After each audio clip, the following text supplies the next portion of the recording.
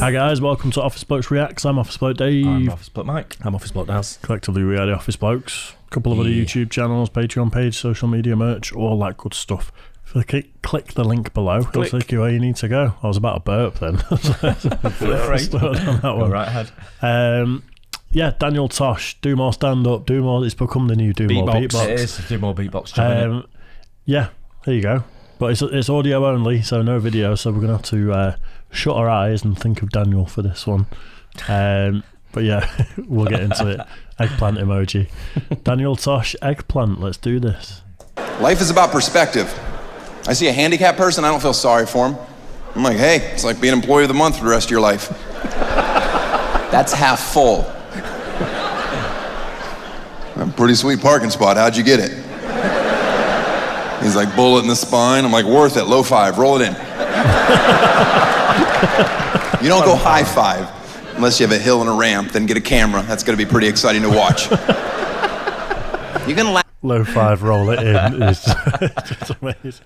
Love this guy's mind. Do you know what? He's brutal though, isn't he? Yeah. He's really, really funny, but he touches on subjects that are real, like we said before, similar sort of like style to Jimmy Carr. Doesn't go over the line, but treads right close to it. Yeah. Right on it, isn't he? It's subtle. Well, it's some points of it are subtle, and I think that's how you get away with it. I think it's his delivery sometimes. Yeah. The way how it seems subtle sometimes, even though he's brutal as well. Yeah, they're kind of underhand comments, some of the worst ones he said, aren't they? If this joke handicapped people like it. And if they don't like it, turn their chair around. I don't give a shit. Stare at you, depressing us. You don't hear a lot about the charity work I do, and it's because I don't do any.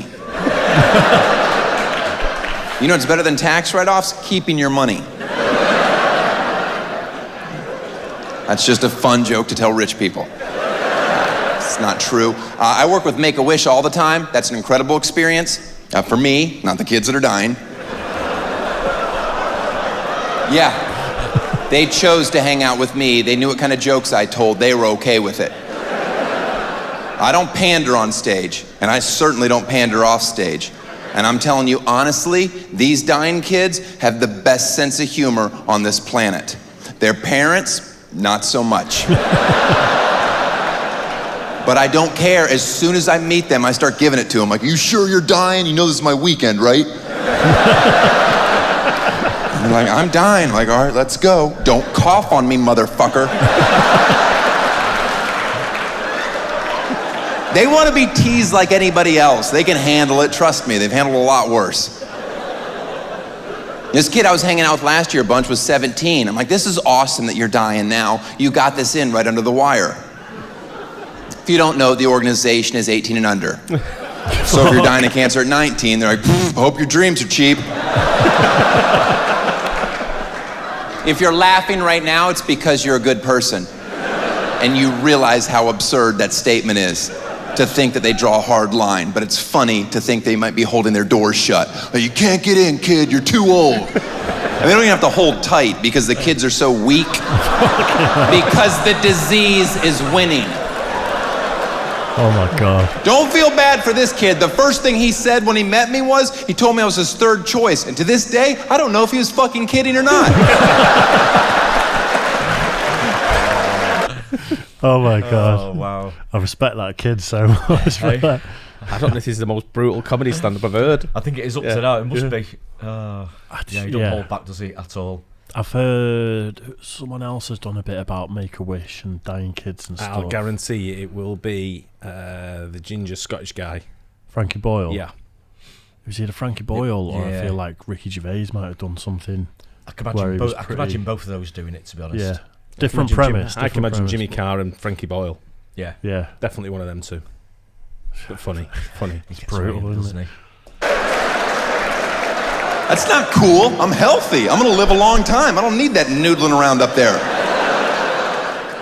And if it makes you feel any better at laughing at these jokes, know that he is cured and healthy now. He's not, he's dead. But if some people need that, let them have it, right? Oh, he's okay? Oh, good. You know me, I can't accept life. That's a perfect gauge for if we would ever hang out in a social setting. Know that if you've ever said any form of this statement, we would not. There's nothing funny about blank. Any form of that, know that I hate you to your core. Because I, along with some of you, respectfully disagree. You can accept that things are tragic and awful and still have a sense of humor about them. It doesn't make you a bad person, despite what some blog may say. Oh, there's nothing funny about AIDS. There's nothing funny about rape. Yes, there is. If you write a good joke, there's funny things about it. And some of you may be aware, I took a ton of bad press for making that statement verbatim, and then a woman screamed at me, there is nothing funny about rape. And I've never defended myself publicly, despite misquotes, mainly because I'm rich. I'm like, fuck it. I make my living saying shocking things, there's consequences. I can accept that. And people wrote me horrible stuff. I hope your daughter gets raped one day and we'll see how funny you think it is. Well, first of all, she'd have to survive the abortion. Oh my God. Talk about 2 strikes against a kid, huh? Yeah. I appreciate your well wishes, kind soul. It's a joke, and it's my choice to have it. Yeah, this is where the feminists are usually torn, because we're on the same side on most issues. Abortion, over here you have a lifetime of stress and inevitable disappointment. And over here, you have freedom. Well, how much does freedom cost? A couple nights sleep and around $750. Seems extremely reasonable. If nobody is looking, I will take freedom. But they have fingernails at 14 days. Yeah, and I clip them. I'm pretty sure Dyson makes an attachment. Guys, it's a great product that never loses suction due to the engineering. Now, in the It's so fucking dark. Isn't it? It's just, oh my God. I got a mental image. It's like, oh, fuck. I see why people say do more of his stand-up, definitely. But I do love the web redemption stuff as well. But Jesus Christ. His sense of humour is just incredible. Yeah. And I say it every time, I know, but it just is. Yeah. Yeah, this stuff's, it's so well written, isn't it? This. If he makes it over to the UK when the world gets back to normal, then not going to be there. 100%. Funny man. Yeah, Jesus. Guys, it's a great product that never loses suction due to the engineering. Now, in the interest of full disclosure, I'm sponsored by Dyson. I get a couple $1,000 for the plug. They're like, is there any place in your act where you could fit in our product? I'm like, I've got the perfect home for it. Quick question, what's your company's stance on fetuses? We fucking hate them. All right, let's move some units. I don't know what show you thought you bought tickets to, but I assure you this one's not getting softer. All right.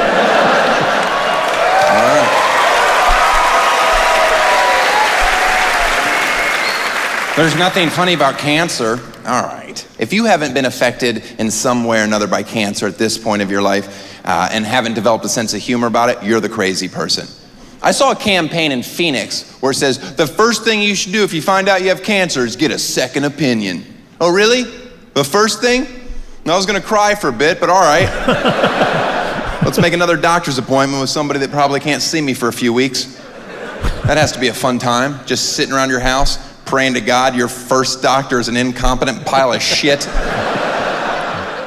And you finally see him and he's like, yeah, she was spot on. You should have been getting this treated. You have cancer. What if he says you don't have cancer? What is it, 2 out of 3?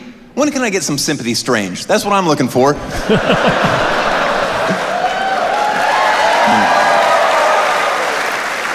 There's nothing funny about child molestation. All right, then don't hang out with me. Yeah, because if you tell me a funny joke about a priest diddling a boy, I'm not gonna be like, what is wrong with you? Don't you know how serious that issue is? I'm gonna laugh. Because I'm not 11 or Catholic. I don't give a fuck. I can separate between reality and jokes. Who in here at one point in their life hasn't laughed at a Michael Jackson pedophile joke? Let's see if you laugh at this one. Did you know last year, dead, Michael Jackson made $180 million thanks to his new show in Vegas? which is amazing if you get a chance to see it. There's a hologram of Michael. It sings and dances the hits, and for an extra $500 a pop, you can go backstage and watch him try to ghost fuck your kid.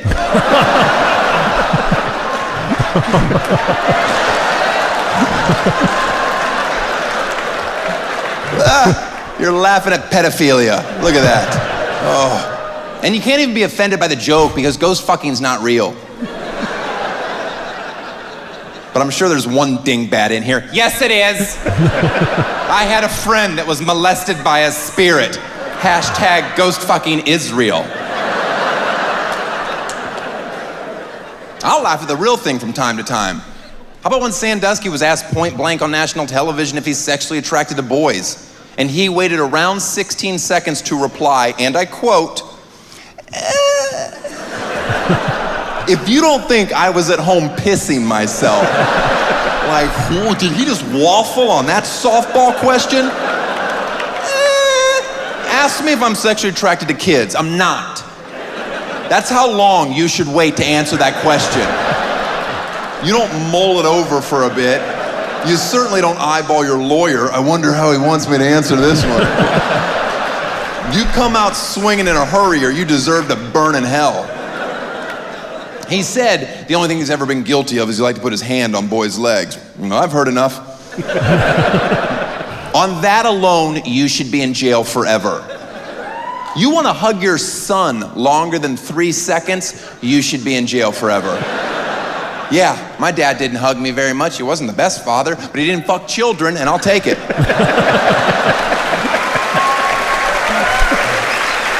I don't believe he has. That's my biggest fear in life, that I do that joke and people are cheering and there's one guy in here, he fucked me. I'm like, I am sorry. I am 99.8% positive he hasn't.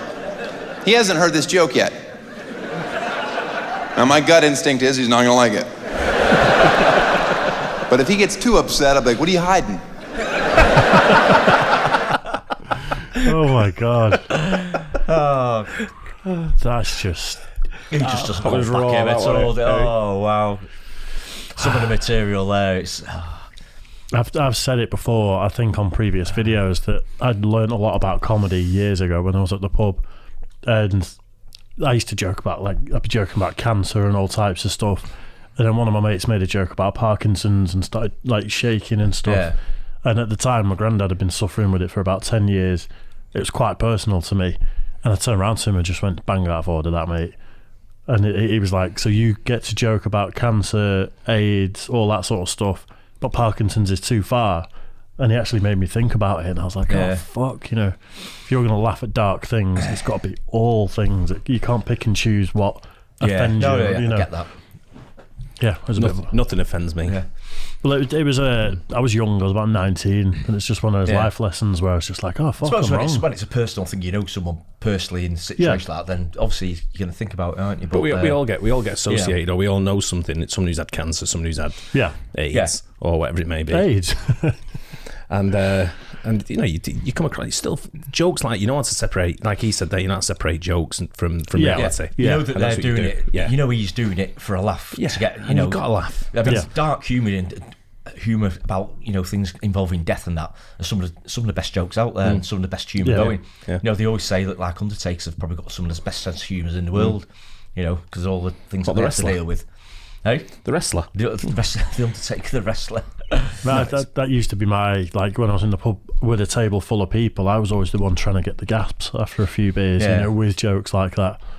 Kind of wish I would have pursued it, because I'd love to be like a Daniel Tosh style comic. It'd be amazing. Yeah. Very funny, man. Very funny, man. I love that. Funny.